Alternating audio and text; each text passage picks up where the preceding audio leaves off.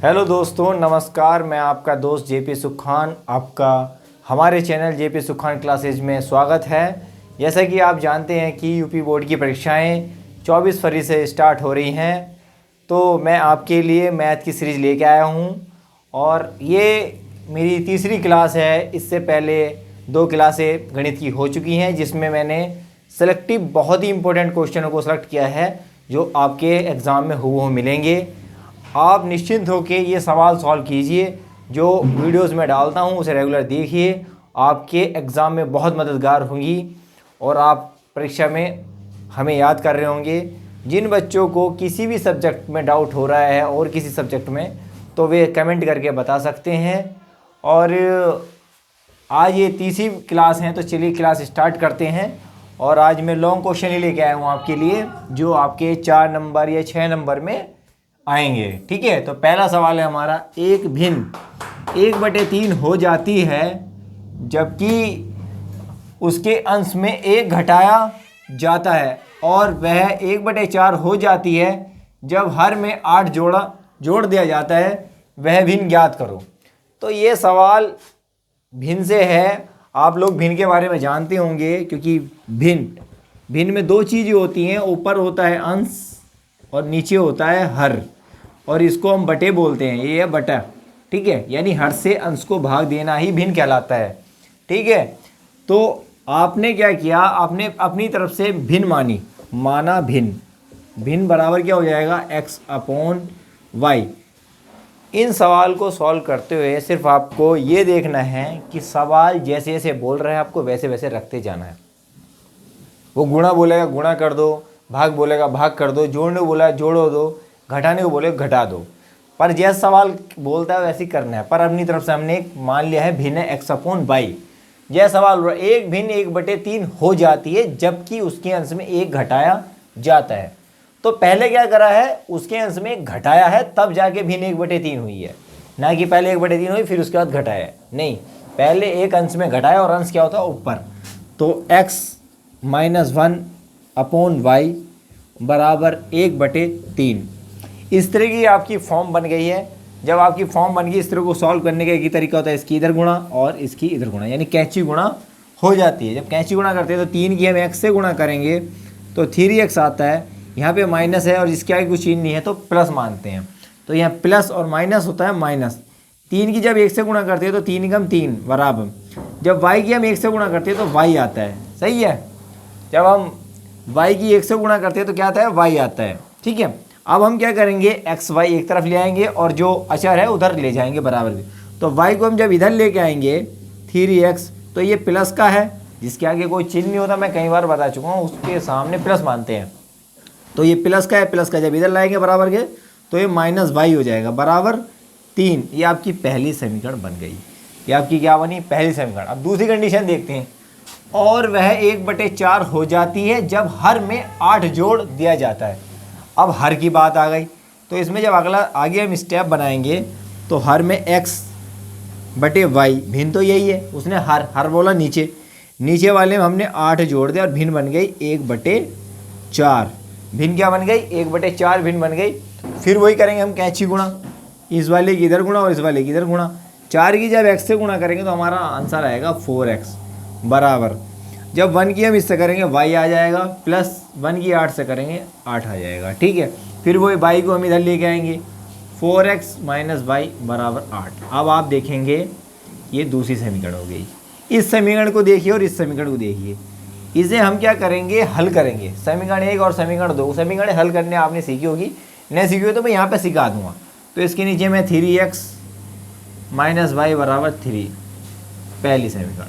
अब आप देखेंगे समीकरण हल करने के लिए x या y, ध्यान सुनिए, x या y के गुणांक बराबर करने पड़ते हैं। यहाँ पे तो ऑलरेडी बराबर है y के, x के यहाँ 4 है, यहाँ गुणांक x का 3 है, तो ये अलग अलग है तो हम इसको तो लेंगे नहीं। पर यहाँ पे हमें क्या है, सेम है, यहाँ पे 1 है और यहाँ पे 1 है, तो इन दोनों में हमें कुछ करने की जरूरत नहीं है, ये ऑलरेडी बराबर गुणांक है इसके पास। तो हम क्या करेंगे, ये माइनस वाला ये माइनस वाला, तो हमें जोड़ना पड़ेगा, सॉरी घटाना पड़ेगा। घटाने पर तो घटाएंगे तो नीचे चिन्ह चेंज हो जाएंगे, जो यहाँ पे प्लस था तो माइनस हो गया, माइनस था तो प्लस हो गया, यहाँ प्लस था तो माइनस हो गया, तो घटाने पे अब ये चिन्ह यहाँ पे प्लस का नहीं रहा, अब ये माइनस का हो गया। तो 4 में से 3 गया हमारा, 1 बचेगा, 1 लिख दो या x लिख दो, बात एक ही है। अब ये हमारा कट गया क्योंकि minus Y plus Y, plus minus minus और दोनों बराबर तो 0 हो जाएगा, बराबर 8 में से 3 गया 5। अब यहाँ पे x की वैल्यू हमारी गई 5। अब x का मान क्या करेंगे हम, किसी भी समीकरण में रख देंगे, या तो इसमें रख देंगे या इस वाली में रख देंगे, किसी में भी x की वैल्यू रख देंगे और y की वैल्यू निकालनी है। तो x का मान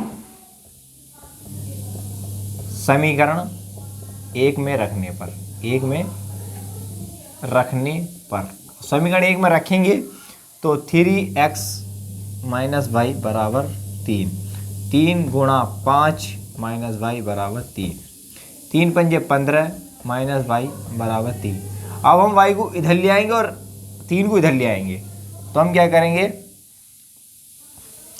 ये जो बोर्ड छोटा पड़ रहा है आप कभी सोचना इधर ना करना, सवाल जो है ये इधर वाला हिस्सा इसके नीचे लेना, ऐसा नहीं आपने कॉपी में भी इधर साइड में कर दिया। आपको देखो एक नियम होता है, गणित का एक रूल है या सॉल्व करने का तरीका होता है, आपके इधर आपने किया तो कभी भी लाइन खींच के इधर मत करना। यहाँ बोर्ड छोटा है इसलिए मेरे को ये करना पड़ रहा है, वरना आप जो है कॉपी के लगातार नीचे कंटिन्यू करिए आप, ठीक है, नीचे करना है आपको इसको हिस्से को, ठीक है। जैसे मैं यहाँ पे लगाया तो इसके नीचे लेना है, तो आप इधर y कर देंगे तो y प्लस में हो गया, यहाँ 15, इधर 3 माइनस 15, ये 3 प्लस का जाके माइनस का हो जाएगा, तो y बराबर हमारा 12। तो हमारी भिन्न क्या बनी भाई, भिन्न तो हमारी वही बन गई, क्या बनी भिन्न, x की वैल्यू क्या है हमारी 5 बटे y की वैल्यू हमारी 12, तो हमारी भिन्न हो गई ये, तो भिन्न हमारी हो गई 5 बटे 12।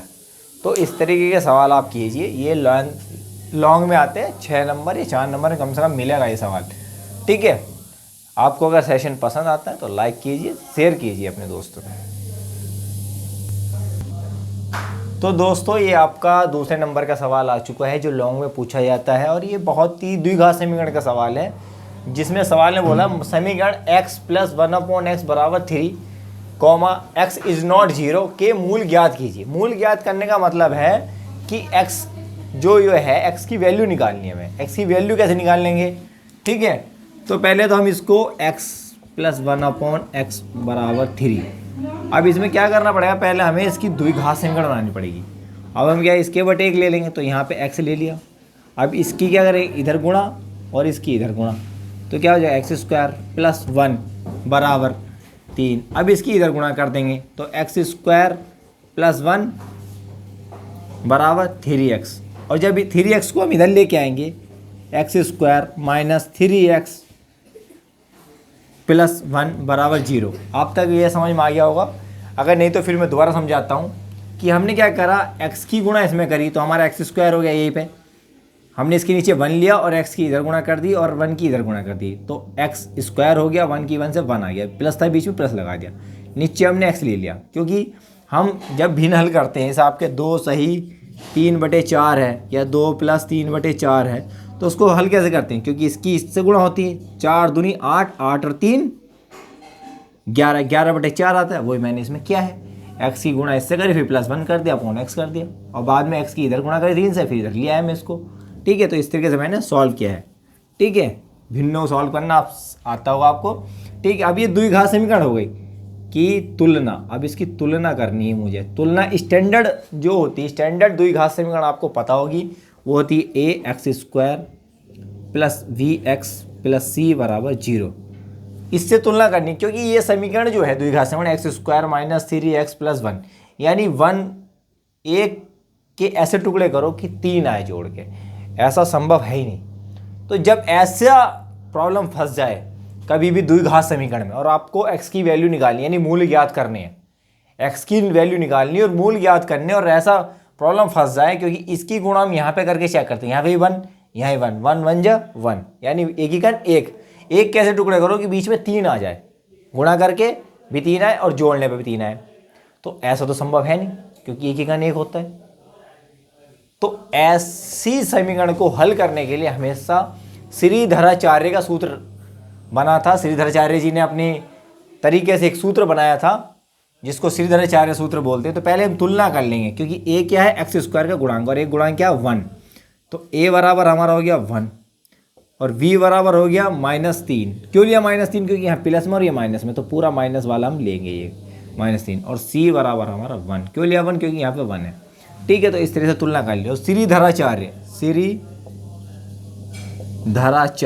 श्रीधराचार्य सूत्र से हम x की वैल्यू निकालेंगे, जिसका फॉर्मूला होता है x = -b plus minus √v² - 4ac/2a। बस इसमें मान रख देना है और आपके x के दोनों मान आ जाएंगे। और -v क्या है? यहाँ माइनस है, पहले ही ऑलरेडी माइनस लगाओ और उसमें भी माइनस लगाओ, तो ऐसे ब्रैकेट में लेंगे प्लस माइनस √b² - 3 का स्क्वायर भैया -4। a क्या है हमारा? a आपका 1 है और c भी आपका 1 है अपॉन 2a। और 2a की वैल्यू 1। तो इस तरीके से हमने वैल्यू रख दी। इस सूत्र में कुछ नहीं करा हमने, सिर्फ ठा के यहाँ से वैल्यू रख दी, कुछ नहीं करा। अब हम गुणा भाग करेंगे, माइनस की माइनस से करेंगे तो प्लस आ जाएगा। क्या आएगा हमारा? 3 आ जाएगा हमारा प्लस का। x = +3 plus minus √। ये प्लस माइनस लगा हुआ ध्यान रखेंगे, इसी से पता चलता है कि दो मूल निकल के आते हैं। तो -3 का स्क्वायर करेंगे। अब देखो -3 गुणा -3, लोग क्या करते हैं -9 लगा देते हैं, जो कि सरासर गलत है। इसमें आपको बड़ा ध्यान देना है। 3 तियां 9 और माइनस माइनस प्लस, यानी ये 9 बन गया आपका प्लस का। अब ये 4 एकम 4 -4 कर लिया बटे 2 एकम 2 आपका 2 नीचे हो गया बराबर 3 प्लस माइनस √। अब ये 9 में से 4 गया 5 बचा बटे 2, यानी x की वैल्यू आ गई आपकी। ये आपके मूल निकल के आ गए। अब लोग कहेंगे कि यार द्विघात समीकरण है भैया ये, तो भैया 2 मूल होने चाहिए इसके, मूल आपने एक ही निकाला है। तो रुक जाओ, आपके मूल निकाल के दिखाते हैं। अल्फा बराबर, जो मूल मानते हैं हमने अल्फा मान लिया, 3 प्लस √5 बटे 2। बीटा बराबर 3 माइनस √5 बटे 2। एक बार जमा वाला ले लिया, एक बार माइनस वाला ले लिया, और आपके दोनों मूल हमने सामने निकाल दिए। यहीं पर आपका आंसर बन गया। तो इस तरीके से आपको ये सॉल्व करना है। इस सवाल को बहुत अच्छे से समझ में आ गया होगा। तो आप प्लीज़ सेशन तो आप शेयर जरूर कर दीजिए, क्योंकि आप जैसे ज़रूरतमंद लोगों के लिए ये बहुत इंपॉर्टेंट है चीज़ें सीखने के लिए। और लाइक जरूर कीजिए। ठीक है, चलते हैं नेक्स्ट सवाल की ओर। तो दोस्तों, ये आपका तीसरा सवाल है। पिता की उम्र पुत्र की उम्र की 7 गुनी है। 2 वर्ष पहले पिता की उम्र पुत्र की उम्र की 13 गुनी थी। दोनों की वर्तमान उम्र क्या है? तो ये सवाल आप लॉजिकली सोच के भी बना सकते हैं। ऐसा नहीं है कि आप इसमें पिता पुत्र की बात कही तो आप अपने आप को एक तरफ मान लीजिए, मैं पुत्र हूँ, और अपने पिताजी की उम्र को सोच लीजिए। उस हिसाब से भी आप सॉल्व कर सकते हैं। परंतु आपको मैं यहाँ पे एक बेहतरीन तरीका बताऊँगा जिससे आप इसे चुटकियों में सॉल्व कर देंगे। ठीक है, तो सबसे पहले क्या है, मान लेंगे हम, माना पिता की उम्र x वर्ष है। कितना है? x वर्ष है। और पुत्र की उम्र हमने मान लीजिए y वर्ष है। हमें नहीं पता कितनी कितनी है दोनों की, हमने x y मान ली।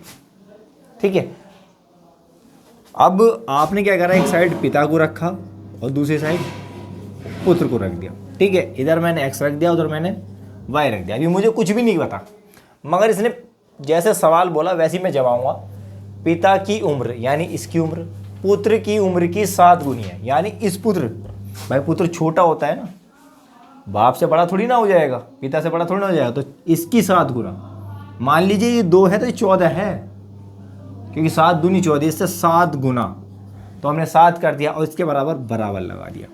तो x ये 7y हो गया। क्या हो गया? 7y। और जब इसे इधर लेके आएंगे, x - 7y बराबर 0। आपकी पहली समीकरण बन चुकी है।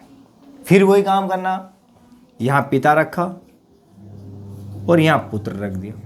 ठीक है, ये आपको समझ आ गया कि 7 क्यों लगाया, क्योंकि 7 गुनी बोली किसके? पुत्र की उम्र की। तो पुत्र की उम्र की 7 गुनी कर दी मैंने। x बराबर हो गया, x याद ही हमारे पिता की उम्र थी। ठीक है, तो 7y से हमने 7 से y की गुणा करते तो 7y आता है। जब इधर लेके आते हैं तो प्लस एस क्या गया तो ये माइनस हो जाता है बराबर। इधर कुछ नहीं बचा तो 0 लगा देते हैं। अब पिता की वही x और इधर y। ठीक है, अब क्या बोला, पिता की उम्र पुत्र की उम्र की, सॉरी यहाँ से पढ़ना, 2 वर्ष पहले। तो पहले जब बोलता है मतलब 2 वर्ष पहले की बात है, ये अभी की बात थी और 2 वर्ष पहले की बात है, 2 वर्ष पहले की बात है, दोनों में 2 2 घटा दो। पहले दोनों की उम्र में से 2 2 घटा दे। क्यों घटा दिए? 2 वर्ष पहले की कंडीशन बोली है। 2 वर्ष पहले पिता की उम्र पुत्र की उम्र की 13 गुनी है, तो पुत्र की उम्र की कितनी है? 13 गुनी है। कितनी है? 13 गुनी। फिर वही बराबर कर दो। अब इसमें बच्चे गलती कर जाते हैं, ये बड़े ध्यान से करना होता है। अब ये 13 है, 13 की पहले x से गुणा करेंगे। जब 13 की x से गुणा करेंगे तो 13x आएगा। कितना आएगा? 13x। बाहर प्लस है, अंदर माइनस है, plus minus minus, plus minus minus, तो यहाँ माइनस लगा दिया। अब 13 की हम 2 से करें, 13 दूनी 26 हो गया। अब इसे बड़े ध्यान से सेट करना है, हमें y को इधर लेके आना और इसे 2 को उधर लेके जाना बराबर के। तो x को हम ऐसे ही लगा देंगे, ये x को हमने ऐसे ही लगा दिया, ठीक है। अब ये 13 को हमने इधर ले आया तो ये माइनस का हो गया। अब आप पूछें भाई माइनस का, क्योंकि ये प्लस का भैया, जब इधर लेके आएंगे तो माइनस का हो जाएगा। अब ये माइनस का उधर जाके प्लस का हो जाएगा, मगर उधर क्या रखा? पहले ही 26 रखा है माइनस का। तो इस तरीके से हमारा सेट हो गया। ये चिन्ह चेंज हो जाते हैं बराबर में जब कोई भी इधर उधर ट्रांसफर होता है। तो x माइनस 13y बराबर, अब ये -26 है, ये 2 है। तो पहले तो हम सोचेंगे होना क्या है, या माइनस है, ये प्लस है, प्लस माइनस माइनस यानी घटने हैं। अब भाई 2 में से 26 तो घट नहीं सकता, बड़े में से छोटा ही घटाना। तो 26 में से 2 घटाए, कितने बचे आपके? आ गए 24। कितने आ गए आपके? 24 आ गया। कितना है आपका? 24 आ गया। जब आपका 24 आ गया है, अब आप चिन्ह देखेंगे। चिन्ह हमेशा बड़े वाले का लगता है। किसका लगता है? बड़े वाले का। तो पहले क्या कर रहा हमने? प्लस माइनस माइनस यानी घटने हैं। 26 में से मैंने 2 घटा दिए, 24 आ गया। अब चिन्ह की बात आई तो चिन्ह बड़े वाले का लेते हैं। बड़ा क्या होना? 26 का क्या लगेगा? मैं तो यहाँ माइनस लगा दिया। समीकरण नंबर 2 हो गए। आपको आई होप समझ में आया होगा। अब क्या ये भी एक समीकरण है, वो भी एक समीकरण है, तो रख दो एक दूसरे के नीचे बेफिक्र होके और हल कर दो। हल कैसे करनी है भैया? वो आपको मैंने बताए रखा। किसी एक्स वाई के एक गुणांक बराबर कर लो। गुणांक ऑलरेडी बराबर है 1 1, तो ये प्लस का ये प्लस का यानी घटाना पड़ा। घटाने के लिए यहाँ माइनस, यहाँ प्लस, यहाँ माइनस, तो घटाने पर लिख देंगे। घटाने पर चिन्ह चेंज कर लेते हैं नीचे। अब ये -7 नहीं बचा, +7 हो गया ये। तो यहाँ क्या करा? x से x कट गया, यहाँ प्लस है 7, यहाँ 13 माइनस। अब वही वाली बात इसे हम ऐसे समझो, 13y + 7y। अब ये ऐसी कंडीशन बन गई। अब ये माइनस नहीं रहा, वही प्लस माइनस माइनस यानी घटेगा। घटेगा बड़े में से छोटा।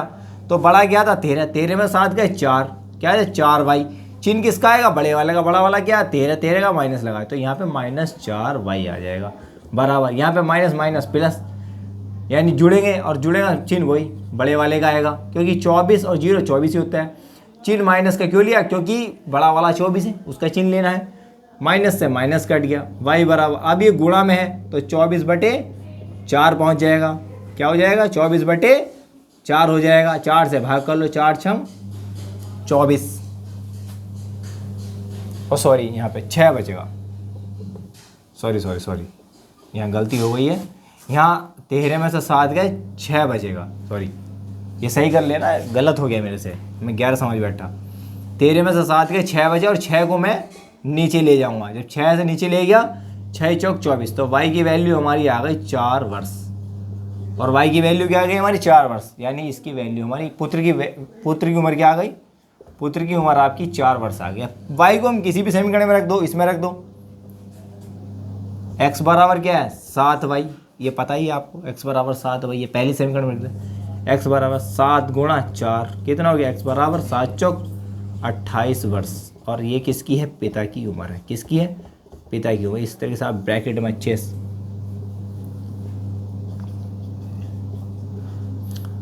से आप सजाना इसको, बहुत बढ़िया। तो ये x बराबर 28 वर्ष हो गई है। पुत्र की आई है 4 वर्ष, पिता की आई है 28। 28 कैसा आई? क्योंकि x बराबर 7y है और y की वैल्यू हमारी 4 आई थी। 7 की हमने 4 से गुणा कर दिया, 7 चौक 28 आ गई। इस तरीके से पूरा पिता की और पुत्र की आयु निकल चुकी है। इस तरह के सवाल 6 नंबर में ही आते हैं, 4 में मुश्किल आते हैं। ने करके जाइए ऐसे सवाल। थोड़ी सी अगर हुआ तो वैल्यू चेंज कर सकता है टीचर, वरना हुए वो मिलने के बहुत चांस है, 100% चांस है इन सवालों के। तो दोस्तों आपके पास ये नेक्स्ट सवाल आ चुका है। नेक्स्ट सवाल ट्रिग्नोमेट्री से है और ट्रिग्नोमेट्री काफ़ी अच्छी आती है अपने एग्ज़ाम में। तो इस तरह के सवाल आते हैं, देख के घबरा मत जाना, बहुत ही छोटा आंसर है इसका, क्योंकि इस तरह के ये 0 डिग्री ए प्लस बी इस तरह से देख के घबराना नहीं है आपको। तो यदि कॉस ए माइनस बी बराबर √3/2, आप बात पे बड़ा ध्यान देना, सवाल पे गौर पे, और साइन ए प्लस बी बराबर √3/2, बस यहीं का खेल है सारा का सारा। और ये 0 डिग्री 90 मिनट के बीच में अगर एंगल हो रहा है, अच्छी बात है, ए बड़ा होगा बी से, और ए और बी के मान ज्ञात करने, यानी ए और बी जो है ये इनके मान ज्ञात करने, कहना मतलब ये है। तो आपको दिया हुआ कॉस ए माइनस बी बराबर √3/2। अब यहाँ पे कॉस है तो इसे कॉस की फॉर्म में लेना पड़ेगा आपको। मैंने कल भी मैंने क्लास में बताया, तो आप तालिका याद कर लीजिए, साइन की, कॉस की, टेन की, कॉट की, सेक की, कोसेक की, 0 degree, 30 degree, 45 degree, 60 degree, 90 degree के आपको मान याद आने चाहिए। तो आपको पता नहीं चाहिए ये किसकी वैल्यू है, ये कॉस 30 की वैल्यू है, किसकी वैल्यू है, ये कॉस 30 की वैल्यू है, किसकी वैल्यू, कॉस 30 की। कॉस से कॉस कट गया, ए माइनस बी क्या आ गया आपका, 30 डिग्री आ गया। यही आपकी पहली समीकरण होगी, बस हो गया खेल खत्म। फिर क्या है, साइन ए प्लस बी बराबर √3/2। अब √3/2 साइन में कहाँ पे आता है, साइन 60 पे आता है, सबको पता है कहाँ पे आता है, साइन 60 डिग्री पे आता है। साइन कट गया, ए प्लस बी कितना आ गया आपका, 60 डिग्री आ गया। ये समीकरण नंबर 2 हो गई। यहाँ तक आपको समझ आ गया हो, एक बार बता देता हूँ मैं, कॉस ए माइनस बी बराबर √3/2 दिया है उसने, ठीक है।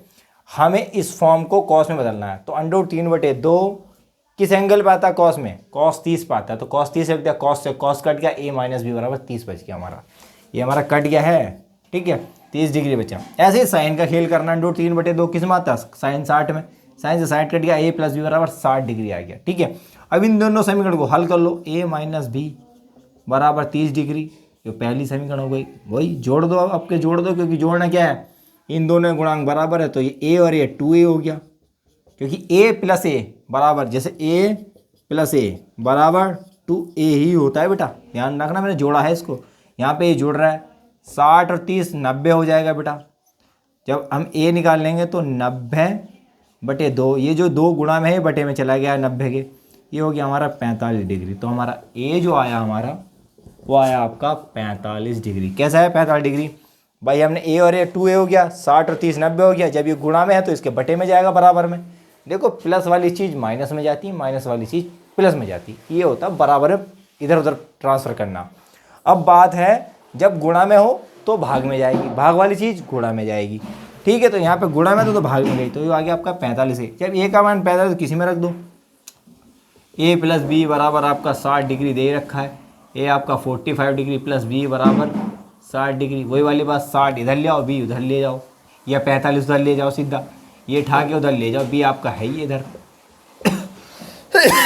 सॉरी, तो b बराबर आप क्या हो गया 15 डिग्री हो गया। जाहिर सी बात है। अब यहाँ पे कंडीशन भी फिट हो रही है, देखो यहाँ क्या बोल रखा था, a बड़ा है b से, भाई a तो बड़ा है ही है 45 और 15, भाई b छोटा है a से, एक कंडीशन है आपकी ये भी फिट हो रही है। और 0 डिग्री से लेकर 90 के बीच में है दोनों एंगल, इन दोनों का योग क्या 45, a प्लस बी करो आप, a प्लस बी क्या 45 प्लस 15 कितना हो गया 60 डिग्री। दोनों 60 डिग्री क्या हो रहा है, ये a प्लस बी की वैल्यू 0 और 90 के बीच में है, ठीक है। तो ये दोनों कंडीशन भी फिट हो रही है, और आंसर भी आपका a का 45 और b का 15 डिग्री, आपकी तीनों चीज़ें मैंने फिट कर दी हैं, और ये बहुत अच्छा सवाल है, ठीक है ना। अब ध्यान से इसको कर लो और करके जाना, ठीक है ना। तो दोस्तों आपका ये 5वें नंबर का सवाल आ चुका है, और ये भी आपके बहुत इंपॉर्टेंट सवाल है। जैसे आपके उम्र वाला सवाल था, वैसे ही आपका ये सवाल है कि आपको जैसे जैसे सवाल बोलता जाएगा वैसे वैसे आपको करना है। तो सवाल पढ़ते हैं, 2 अंकों की एक संख्या के अंकों का योग 9 है, इस संख्या का 9 गुना संख्या के अंकों को पलटने से बनी संख्या का 2 गुना है, वह संख्या होगी। तो आपको पता है संख्या में इकाई अंक भी होता है, दहाई अंक भी होता है, तो आप मान लेते हैं, माना इकाई अंक, इकाई अंक आपने इकाई अंक मान लिया y, दहाई अंक मान लिया आपने, दहाई अंक माना आपने x। इससे जो संख्या बनेगी, संख्या जो बनती है हमेशा याद रखना, संख्या जो होती है वो 10x प्लस वाई। ये मैंने कैसे कर दिया 10x प्लस वाई, जैसे अपनी मर्जी से रख दिया, नहीं बेटा, y होता है इकाई, और इकाई के अंक पे एक ही अंक होता है। इकाई के अंक पे हमेशा दो अंक देखे आपने? नहीं। दहाई के अंक पे यानी 10 की दहाई होती है। क्या होता है? 10 की दहाई। तो यहाँ पे हमें 10 से गुणा करना पड़ता है।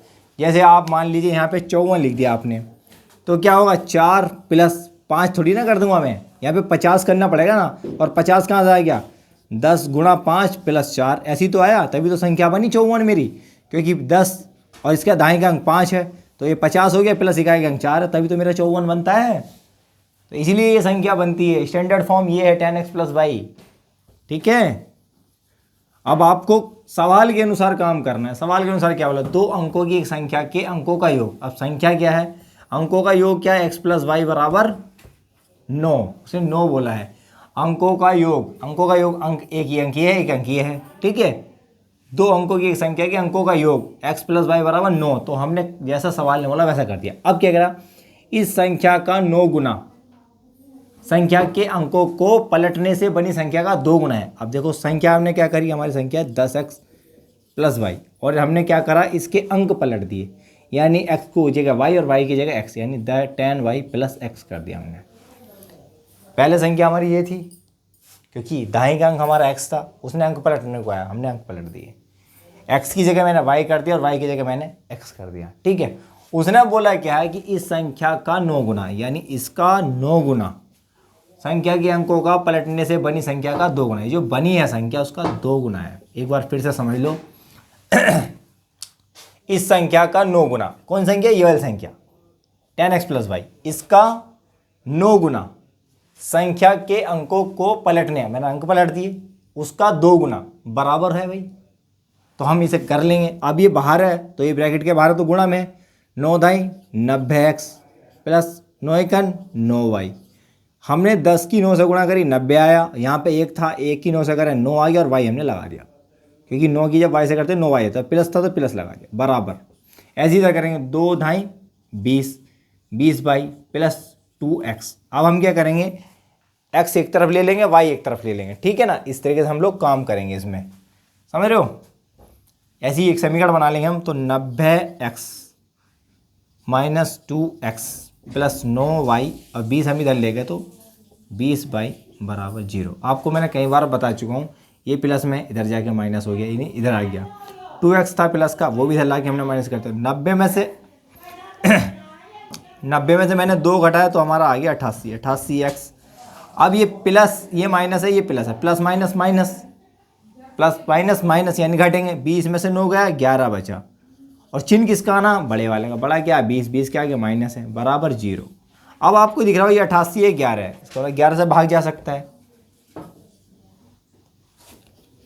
11 से भाग देने पर, जब आप 11 से भाग देंगे, 11 अट्ठे 88, क्या आ जाएगा आपका? 11 अट्ठे 88 माइनस y = 0। ये आपकी तीसरी समीकरण आ गई। और पहली समीकरण क्या आती है आपकी? x + y = 9। ये आपकी पहली समीकरण। अब आप हल कर लो, x y के मान निकाल लो, संख्या निकल के आ जाएगी। आप जब मान निकाले तो प्लस माइनस यानी जुड़ जाएंगे, इन्हें जोड़ दो। अब ये जुड़ रहे हैं तो भैया जोड़ दो। 8x और 1, यहाँ पे 1 मान लेते हैं, 8 और 1 9x हो गया, बराबर ये 0 और 9 9 हो गया। x बराबर क्या हो गया? 9/9। मैंने आपको बता रखा है गुणा में बटे में चला जाएगा। 9 से जब भाग करेंगे तो ये आएगा, x की वैल्यू आ गई आपकी 1, ये आ गई आपकी 1। अब x का मान हम किसी में भी रख देंगे, यहाँ पे रख दो x का मान, तो x + y = 9, यहाँ 1 + y = 9, और जब इस 1 को इधर लेके जाएंगे तो घट जाएगा, 9 - 1 बराबर आपका 8 आ गया। यानी आपकी x की वैल्यू 1 आई और y की वैल्यू 8 आई। अब हमसे पूछा क्या? संख्या। वह संख्या क्या थी? ये थी हमारी संख्या, तो हमें वही रखना पड़ेगा संख्या 10x + y, और 10 की हम किससे गुणा करेंगे? x की वैल्यू हमारी 1 है, 1 प्लस y की वैल्यू हमारी 8 है, 8 क्या हो गया? 10 ही कम 10 + 8 क्या हो गया? 18 हमारा आंसर आ जाएगा। क्या करा हमने? यहाँ पे समीकरण हल करके हमने x की वैल्यू 1 निकाली, y की वैल्यू हमने 8 निकाली, और उसको दोनों को हमने 10x + y में रख दिया। x की वैल्यू 1 रखी, दोनों गुणाएं 10 ही कम 10 कर दिया हमने, और y की वैल्यू 8, तो 8 जो 10 8 18 हमारा आंसर आ गया। ठीक है, तो इस तरीके से आप सवाल कीजिए। एक लास्ट सवाल वो कराते हैं आपके लिए। लास्ट सवाल आपको, तो दोस्तों आपका ये लास्ट सवाल है, 6 क्लास सवाल है, और ये सवाल मैं नहीं कराऊंगा, ये आपका होमवर्क है। आपको होमवर्क में करना है। सवाल है द्विघात समीकरण 4x² - 6x + 5 = 0 का विविक्तीकर ज्ञात कीजिए और मूलों की प्रकृति बता दी। इंपॉर्टेंट सवाल है, वेरी वेरी इंपॉर्टेंट सवाल है। 2 या 4 नंबर है, वेरी वेरी इंपॉर्टेंट सवाल है। या तो आपका 2 नंबर ही मिलेगा या 4 नंबर है। अगर इसके साथ खाली विविक्तीकर पूछता है तो 2 नंबर में आएगा, और विविक्तीकर के साथ प्रकृति पूछता है तो आपका 4 नंबर में आने की संभावना है। एग्जामिनर खुश हो गया तो 6 नंबर में भी दे सकता है। ये आपका होमवर्क है, करना कुछ नहीं है। विविक्तीकर निकालने के लिए एक सूत्र मैं आपको दे रहा हूँ, D = B² - 4AC। मैंने आपको सवाल कराया था ना, सवाल कराया था श्रीधराचार्य वाला ABC। इसमें ABC से कंपेयर कर लेना, C निकाल लेना। जैसे इसमें A आ जाएगा आपका 4 और B आपका आ जाएगा -6 और C आपका आ जाएगा 5, तो इसमें रख देना। D आपका निकल जाएगा, यही आपका विविक्तीकर है। अगर D आपका आया 0 तो मूल कैसे हो जाएंगे? मूल बराबर और वास्तविक होंगे, ठीक है। और D आपका 1 आया 2 आया कुछ भी आ जाए तो मूल आपके वास्तविक तो होंगे परंतु असमान होंगे, ठीक है। और D की वैल्यू आपकी अगर माइनस में आ गई यानी 0 से कम आ गई तो आप काल्पनिक होंगे। कैसे होंगे? आपके काल्पनिक मूल होंगे, ठीक है, वास्तविक नहीं होने के। वास्तविक सिर्फ 2 ही कंडीशन में होती हैं, 0 पे या 0 से अधिक कोई वैल्यू आ जाए, 1 2 3 4 कोई भी वैल्यू आए। तो विविक्तीकर पे डिपेंड करता है आपके मूलों की प्रकृति। तो मूल प्रकृति आपकी 0 आए तो मूल बराबर भी होंगे, वास्तविक होंगे। अगर 1 2 3 4 आया, कुछ भी आया पर 0 से ज़्यादा और पॉजिटिव हो तो आपकी मूल वास्तविक होंगे परंतु असमान होंगे। मगर काल्पनिक कब आते हैं? जब आपका D की वैल्यू माइनस में आती है, यानी 0 से कम में आती है, माइनस में आती है, तभी 0 से कम होगी। तो ये मूलों की प्रकृति आपको मैंने बता दी है, पर उसके लिए आपको विविक्तीकर निकालने है। विविक्तीकर का सूत्र ये है, आप होमवर्क में इसे कमेंट बॉक्स में दीजिए कि इसका आंसर क्या है, और ये क्वेश्चन मिल सकता है 101% आपके एग्ज़ाम में। इस तरीके से आपका सेशन होता है। क्लास को हम ऑफ करते हैं, और अगर आपको सेशन पसंद आया, क्लास पसंद आई हो तो आप लाइक कीजिए, शेयर कीजिए, और जो लोग नए आए हैं प्लीज़ सब्सक्राइब तो ज़रूर कीजिए। धन्यवाद।